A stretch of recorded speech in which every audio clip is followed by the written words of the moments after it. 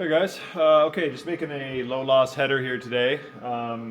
Originally I wasn't going to film this, but I figured some HVAC guys might be into seeing it and what I got going on here. So this is a low loss header, like I said. This particular one is made out of 6x6 square tubing, 1/4 inch wall. We got a 1/4 inch plate on the bottom here. And then I'm going to be using 1 1/4 piping for all this, for in-floor. So then I got all my holes drilled already. I'll show you those. So I got my cold, so this is the bottom here. So this will be a drain. I just welded that on now. This will be the cold return, or like the cool water from the floor coming back into here. And this will be the cool side that connects to the boiler. And then up here you'll have your hot to the floor. And then you got your hot to the boiler over there. And then I'm using these here. So these are just nipples that I cut. And then what I did was, I already know what orientation I want this elbow to be when it's installed in my particular setup. So I tightened these elbows down onto the nipples, and then I made a mark with a drill bit where they end up when they're fairly tight. That's with no pipe dope or thread tape or anything. Where they're fairly tight. So this is where this side of the elbow will point when it's all tightened down. So that means when I weld it on, if I want the elbow to end up being like that, I have to weld this nipple so that the drill bit mark is this way. And then that way, just in case I'm like, I could be like 180 degrees off, and it's not that big of a deal. You could be a little loose or a little tight, but if you're doing it, you might as well do it this way, and then that way everything always ends up in the right orientation without over tightening or under tightening. And then here I got a small hole drilled, and I'm going to be putting in a temperature pressure gauge. It's all in one, so I just got to weld a coupling onto there. And that's what I'm using. I'm using threaded couplings welded on. That's how I end up attaching things. So yeah, 1 1/4 here, and then this will be the top. So I'm gonna weld that plate on, and then I'm also gonna weld these on. And I got caps on now because I'm gonna pressure test this whole thing. So I'm gonna weld caps, or weld these nipples on, and I got the caps to pressure test. So there's one here, and then there'll be another one here. And this one will go to the expansion tank, and then this one is for the air bleeder. So they're just on the top. And that's pretty much it. Mounting it to the wall. So I'm mounting it to the wall, so these will be on the wall. I'll show you all this after. I got a piece of 1/2 inch by 3 inch plate here, and then I'm going to use a piece of square tubing coming off here. So if it was mounted to the wall, that's going to be on the wall. Piece of square tubing welded onto there, and then up to the back, maybe 3 inches long, and that's how I'm going to mount it. Because I don't really want it sitting on the floor. You can sit them on the floor. You can put a plate on the bottom, but I just like it up off the floor. So yeah, let's get into that. Okay, so I'm gonna weld that little gauge holder on now. That's what I'm using. So I make the bottom flat on the belt sander, clean the sides, give it a little bit of a taper just so it accepts a nice weld. And I'll clean this off.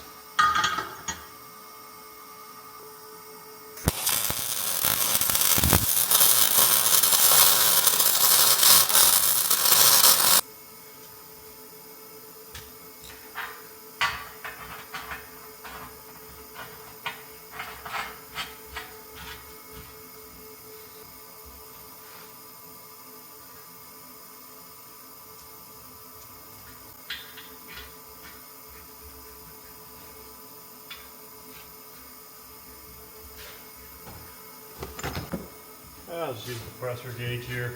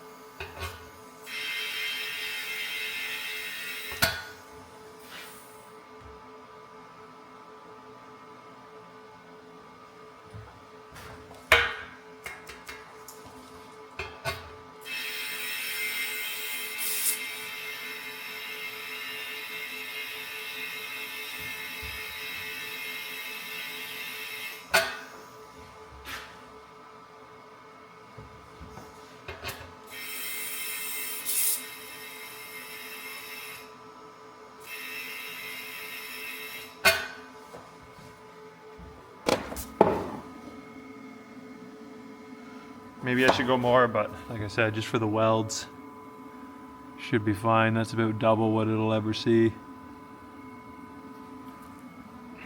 So I just wanted to show you how I check for leaks. So I'm using this Masters leak detector bubble type. So I put it all around here. I've got it cracked a little bit there so you can see what a leak would look like. So just you apply it liberally under there and you'll see it'll catch the smallest leak there is. You can see it's leaking from the thread, so if I tighten that back down, it'll stop. But all the welds look okay, so that's really all that matters.